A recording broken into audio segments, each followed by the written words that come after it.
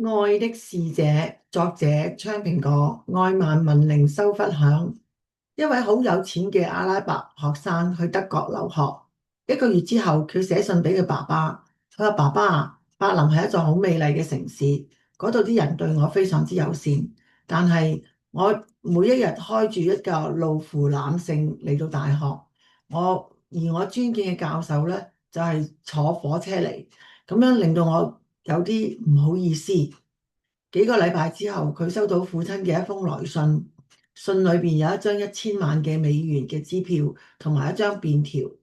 阿仔啊仔，俾自己買一架火車啦！啊，唔好喺外國人面前丟我個臉啊，丟我個面啊！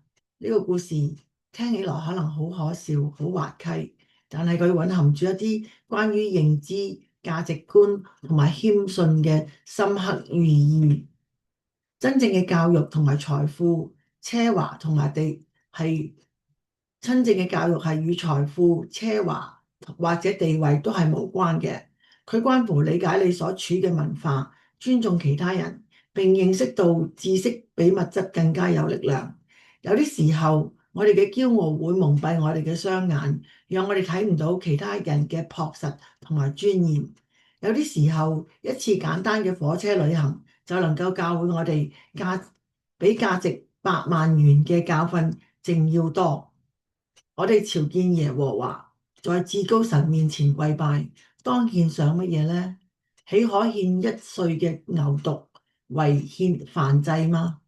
耶和華喜悅千千嘅公羊，或者係萬萬嘅油河嗎？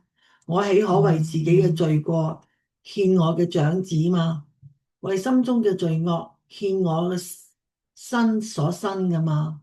世人啊，耶和華已指示你何為善，他向你所要的是什麼呢？只要你行公義、好憐憫、存謙卑的心，與你的神同行。呢啲都係來自聖經嘅話語，係上帝嘅提醒。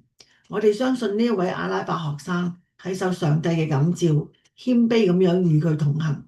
佢嘅眼睛被我哋嘅主耶穌基督所開啟，佢以尊重嘅方式愛人，佢擁有上帝兒女應有嘅品格，佢咁可愛，憑藉着耶穌基督無條件嘅愛，佢將會成為愛嘅使者。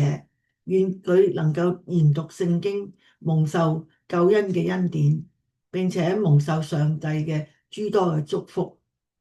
最親愛嘅天上阿爸父，感謝你教導我哋行公義、好憐憫、存謙卑嘅心，與你同行。